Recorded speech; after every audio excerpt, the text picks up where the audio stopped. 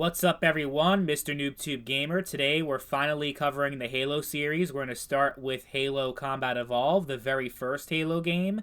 22 years later. I'm sorry, 23 years later, because it came out in 2001. And I plan on talking about every Halo multiplayer in 2024, like I have done with all the Call of Duty games, like I am currently in the middle of doing with all the Battlefield games, and so many different ones. I did Star Wars Battlefront. I even played Destiny the other day, The Division. So I'm trying to play like as many multiplayer games as I possibly can. The Halo series is one that I am very familiar with, although I did not play Combat Evolved back in its prime because I was 3 years old, and the only games that I were playing back then were like the point-and-click computer games.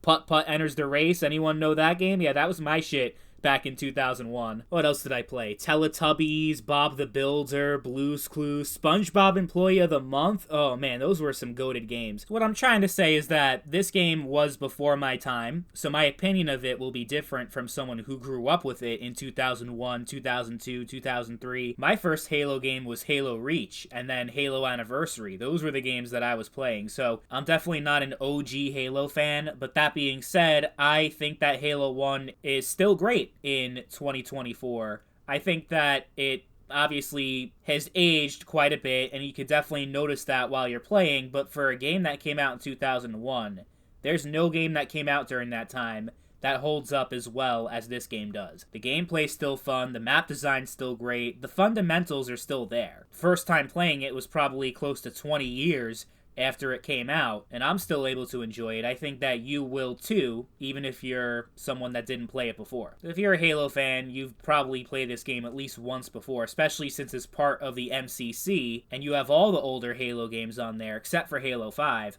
And obviously, if you have Game Pass, you have the game included as part of your subscription, so you might as well try it out. There is no harm, and there's still people that play in 2024. You have full games of mostly 4v4.